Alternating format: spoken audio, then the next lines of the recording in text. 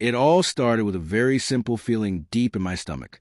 You know that quiet inner voice we all have? It is that tiny, soft shift in the air that tells you something is not quite right, even if you cannot explain why. For me, it was a change in the way my wife, Laura, spoke to me. Her voice became very soft and gentle whenever she mentioned she was going out for lunch with a friend.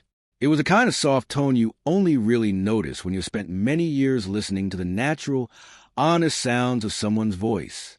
I had spent 8 long years of my life trying to care for her and make our life together as smooth and happy as possible. Laura and I had a very long and special history together.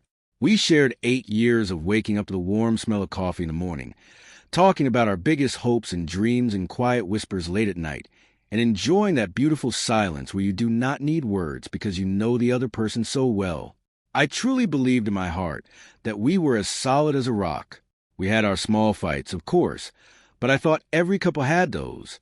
I figured it was just the normal work it takes to build a life with someone else.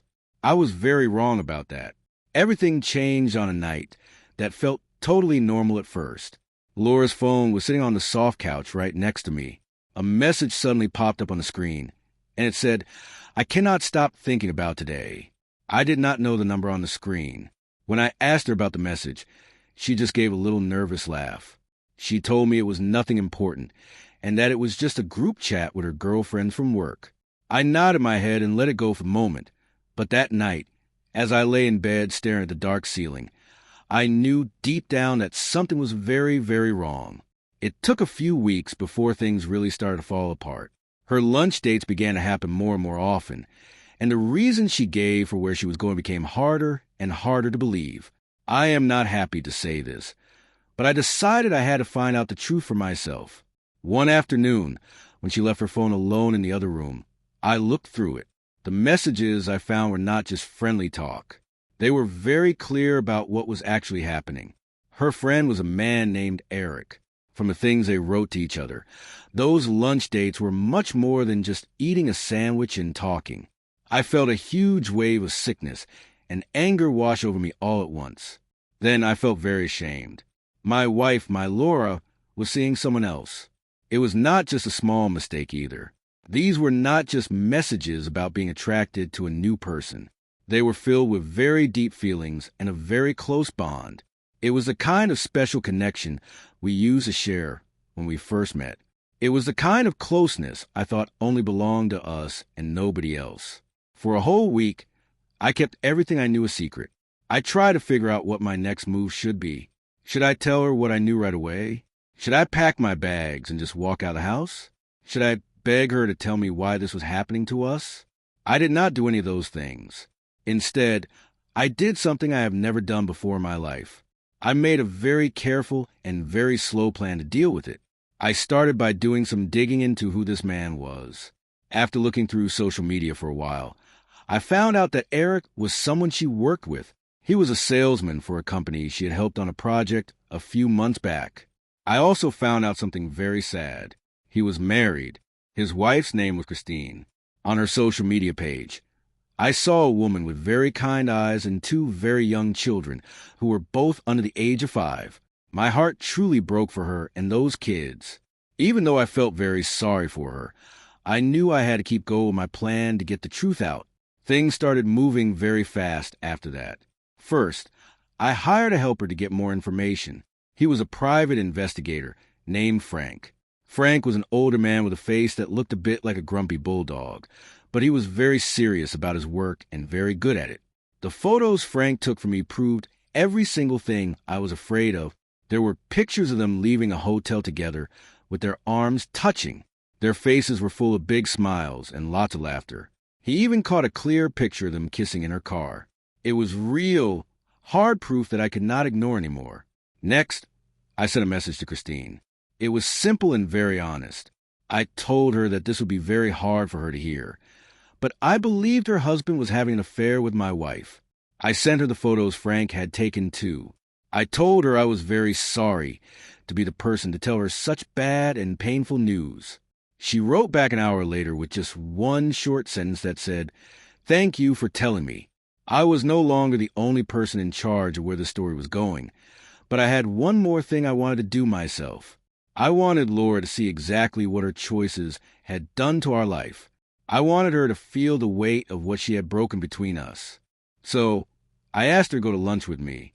I forced a smile on my face and said, "Let us have a date, just the two of us." We have not done that in a long time. She seemed happy and almost excited about it. Maybe she thought I was being extra nice because I did not suspect a single thing. She had no idea that a big storm was coming her way. On the day of the lunch, I made the table in our dining room look perfect. I used a clean white cloth, our very best silver forks and knives, and 2 glasses of wine. To anyone else looking in, it looked like I was trying to be very romantic. In truth, it was a stage for what was about to happen. The main item on the table was not a vase of pretty flowers. It was a large brown envelope filled with all the proof Frank had found. When Laura walked in, she was smiling.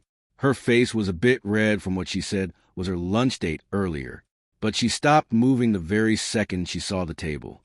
Her eyes moved quickly from the brown envelope back to my face. Her voice was shaking when she asked what that was. I did not say anything at all. I just pointed to the chair. She sat down very slowly. Her smile was completely gone, and she looked very scared. I pushed the envelope toward her and told her to open it.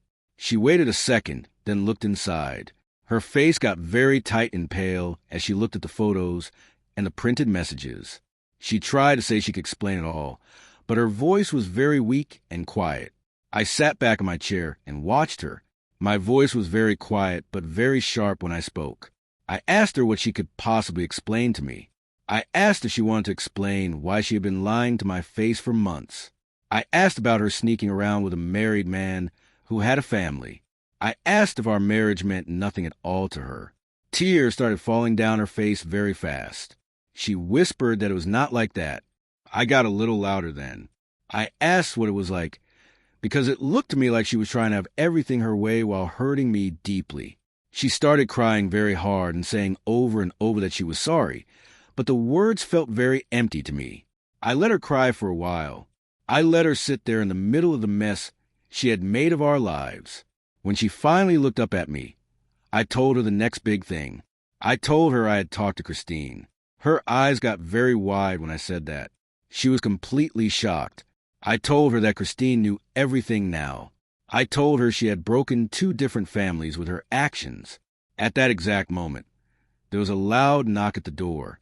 Laura looked toward the sound, feeling very confused and very scared. I walked over and opened the door. There stood Christine. She looked calm, but you could see a lot of anger in her eyes. Right behind her was Eric. Laura turned very pale, like she might faint. She asked what was happening. I told her that this was the end of the story. The talk that followed was very painful for everyone. Christine told Eric exactly how she felt about his lies and his choices. Eric just stood there like he did not know what to say to anyone. When Laura tried to talk, Christine was very firm. She told Laura how selfish and dishonest she had been. Eric tried to say he did not feel loved at home, but I actually laughed at that. I told him he had a great wife and kids, and he threw it all away for nothing. By the time it was over, everyone was completely exhausted. Laura and Eric looked like they were broken people. Christine and I looked at each other. We both knew we would be okay in the end. Things happened very fast after that day. Laura moved out of our house that same night. I asked for a divorce the very next day, and Christine did the same thing with Eric. Eric even lost his job because Christine sent all the proof to the people he worked for. People we knew found out the truth about what happened, and Laura's reputation was really hurt. They only had themselves to blame for what happened. It was not easy for me at all. Some nights I cried by myself, and some mornings I did not even want to get out of bed. But slowly, I started to feel a little bit better. I went to talk to a professional to help me understand my feelings. I started running every day to keep my body healthy and strong. I spent more time with my old friends who really cared about me. A year later, I am much happier than I was. I have learned that I am worth a lot, and I deserve to be treated well. I have learned to expect honesty and respect from the people in my life. I heard later that Laura and Eric did not stay together. The guilt of what they did was too much for them to handle. Sometimes Getting even is not the best reason to do something. But it really helped me take my life back. And I really did take it back for good.